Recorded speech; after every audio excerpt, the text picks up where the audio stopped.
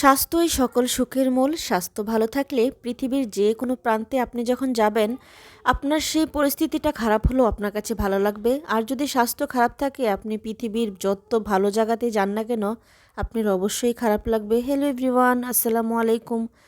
আশা করছি সবাই ভালো আছেন।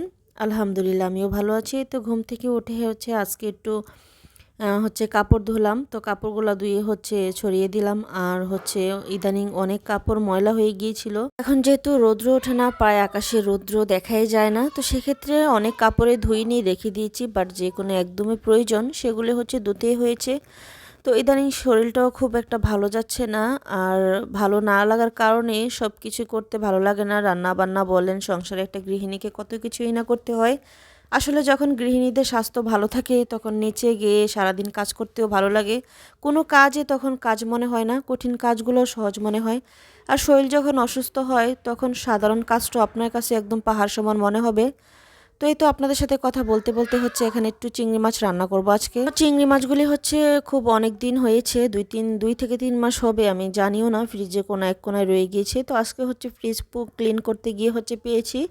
তো এগুলো একটু রান্না করব, পেঁয়াজ দিয়ে ভুনা করব। তো চিংড়ি মাছগুলো হালকা পরিমাণে একটু ফ্রাই করে দিয়েছি। আর এখানে কিন্তু আমি জিরা বাটা ইউজ করব না, শুধু পেঁয়াজ আদা রসুন এগুলো দিয়েই ধনেপাতা দিয়ে টমেটো দিয়ে রান্না করব। চিংড়ি মাছে কিন্তু জিরাটা খুব একটা যায় না, জিরাটা অ্যাভয়েড করলেই চিংড়ির টেস্টটা বেস্ট আসে আমার মতে। তো যাই হোক, এখানে হলুদ মরিচ দিয়ে দিলাম, কাঁচা মরিচ দিয়ে দিলাম। আর চিংড়ি মাছটা কিন্তু আমি একদমই কড়া করে ভাজবো না, হালকা পরিমাণ ভেজেছি। আর হালকা পরিমাণ ফ্রাই করার পরে দিয়ে দিলাম টমেটো। আর এই টমেটোটার দেওয়ার কারণেই এখন একদম আছে, অনেকখানি পানি উঠে যাবে। আর এই টমেটো কিন্তু আমার দেশি, মানে বাড়ি থেকে নিয়ে আসছিলাম। তো চিংড়ি মাছটা ভালোভাবে কষিয়ে ঝোল দিয়ে তারপর উঠিয়ে নিলাম অনেকক্ষণ। তো আমরা কিন্তু একই প্লেটে খাই, মানে আমি একই প্লেটে নিয়ে আমার ছেলে মেয়ে সবাইকে একই প্লেটে খাওয়াই। কারণ আমি যদি আলাদা একটা প্লেটে বসি, আমার ছেলে মেয়ে খেতে চায় না, ওদেরকে প্লেট দিলে দেখা যাচ্ছে পুরো বাটটাই রয়ে যায়। তো সেই জন্য আমার সাথে বসাই, যাতে ওরা আনন্দ সহকারে খেতে পারে আর কি, মানে খাবার যাতে আগ্রহ হয় সেই জন্য আর কি। তো যাই হোক, এটা বিকেলের ভিডিও। বিকেলে একটু নুডলস রান্না করব। আর নুডলসটা রান্না করার জন্য আগে আমি চিকেনটা একটু ফ্রাই করে নেব। আর আমার কিন্তু মাস্ট বি রাখা লাগে, মানে চিকেনটা রাখা লাগে নুডলসের সাথে। চিকেন না দিলে নুডলসটা কেউই খেতে চায় না। তো চিকেনটা একটু ফ্রাই করে দিয়ে দিলাম পেঁয়াজ কুচি। আর এখানে কাঁচামরিচ। তো কাঁচামরিচের পরিমাণটা আমি খানিকটা বাড়িয়ে দেই সবসময়। আমি কিন্তু এখানে কোনো শুকনা মরিচ পাউডার ইউজ করব না, আমি সবসময় কাঁচামরিচটা দিয়ে নুডলসটা রান্না করি। এক্ষেত্রে খুব ভালো টেস্ট আসে আর কি। আপনারাও ট্রাই করবেন, দেখবেন খুব ভালো লাগবে খেতে। তো যাই হোক, খানিকটা ফ্রাই করার পর দিয়ে দিলাম টমেটো। তো টমেটো থেকে যতটুকু পরিমাণ পানি উঠেছে, টমেটোটা সেদ্ধ হওয়ার পর দিয়ে দিলাম সেদ্ধ করে রাখা নুডলস। তো নুডলসটা দিয়ে খানিকক্ষণ আমি নাড়াচাড়া করে উঠিয়ে নিব। এখন পরিবেশন করার পালা। আর আজকে এখানে আমি ডিম ভেঙে দেই নেই, ডিম ফ্রিজে সিদ্ধ করা ছিল কালকে। তো এটাই মূলত দিয়ে দিয়েছি, যাহা না হলে নষ্ট হয়ে যাবে ডিমগুলি।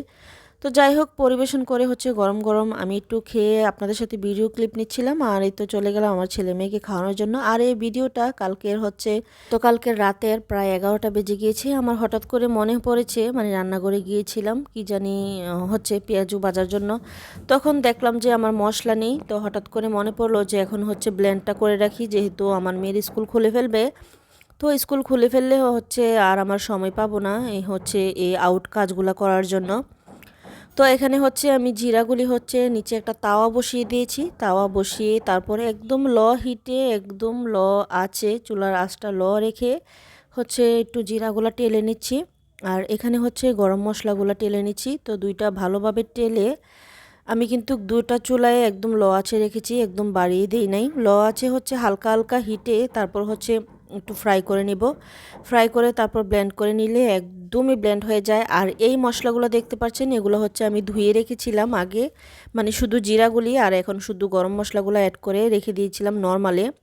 মাঝে মাঝে পাটায় বেটে রান্না করি, যখন খেতে ইচ্ছে করে বাটা মশলা দিয়ে। মাঝে মাঝে আবার পাউডার মশলা দিয়ে ইউজ করি। তো পাউডার মশলার জন্য এগুলো পাউডার করে রেখে দিব ব্লেন্ড করে। আর এগুলা বাটবো, যেগুলো নর্মাল ফ্রিজে রেখেছিলাম এগুলো শিলপাটায় বেটে তারপর রান্না করবো। আর এখানে দেখতে পাচ্ছেন কিছু ধনিয়া গুঁড়ি, মানে ধনিয়া, আস্ত ধনিয়া। তো এগুলো হচ্ছে আমি একটু ঝেড়ে মুছে তারপর হচ্ছে তেলে রাখবো আর কি। আর দেখতে পাচ্ছেন আমি এখানে ব্লেন্ড করতে গিয়ে আমার পুরো ঘর একদম একাকার হয়ে গিয়েছে ভরে। তো এখন কিন্তু ঘড়ির কাঁটা প্রায় 12:30 বেজে গিয়েছে। তো এখানে হচ্ছে 1 থেকে 2 বার ব্লেন্ড করলে একদম দ্রুত হয়ে যাচ্ছে।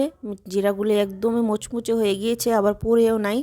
তাওয়াটা নিচে দেওয়ার জন্য খুব সুন্দরভাবে ব্লেন্ড হয়ে যাচ্ছে। আর আমার ব্লেন্ডারের যে উপরের ক্যাপটা এটা কবেই ভেঙে গিয়েছে। তো আমি হচ্ছে এখানে একটা নুডলসের ক্যাপ নিয়েছি আর একটু ছিদ্র করে দিয়েছি যাতে অক্সিজেনটা বের হতে পারে, মশলাটা খুব তাড়াতাড়ি সুন্দরভাবে হয়ে যায় সেজন্য। তো দিয়ে দেখতে পাচ্ছেন আমি হচ্ছে ব্লেন্ডটা করে নিচ্ছি আর প্রচুর লেভেলের শব্দ হচ্ছিল। তো আমার প্রায় মোটামুটি শেষ, একটা জার আমার কন্টেনার পড়ে গিয়েছে আর কিছু পরিমাণ মশলা বাকি আছে। তো এগুলো করে ফেললে কিন্তু একদম নিশ্চিন্তে থাকা যাবে অনেক দিন, কারণ মহিলাদের কিন্তু খুব একটা গুরুত্বপূর্ণ বিষয় হচ্ছে এটা। মশলা, আদা রসুন বলেন, ওগুলো যদি আপনার জোগাড় থাকে আগে থেকে, রান্না করতে খুব একটা সময় লাগে না। আর এগুলো যদি জোগাড় না থাকে রান্না করতে কিন্তু রান্নাঘরে সারাদিনে টাইম চলে যায়। তো একটা গৃহিণী অনেক কাজ করতে হয়, বাচ্চাকে আনা নেওয়া, স্কুলের ঘরের কাজ, লেখা পড়ানো করা, বাচ্চাদের হোমওয়ার্ক করা, প্রতিটা কাজে হচ্ছে একটা মায়ের দায়িত্বে পড়ে। মা সুন্দরভাবে সব কিছু মেনটেন করে করতে হয়। তো সেই ক্ষেত্রে সময়টা আমার কাছে খুব গুরুত্বপূর্ণ। আমার মনে হয় প্রত্যেকটা মেয়েরে মানে গৃহিণীরে, প্রত্যেকটা মায়েদেরই হচ্ছে অনেকটা গুরুত্বপূর্ণ সময়। অনেকের কাছে হয়তো বা গুরুত্বপূর্ণ নাও হতে পারে, কিন্তু একটা মা কেবলই বলতে পারবে সময়ের গুরুত্ব কতটুকু। আজকের মতো এখানেই বিদায় নিচ্ছি। আর আমার ভিডিওটা ধৈর্য সহকারে যে পুরোটা দেখেছেন তাদেরকে অনেক অনেক থ্যাঙ্কস। তো আজকের মতো বিদায় নিচ্ছি। আল্লাহ হাফেজ।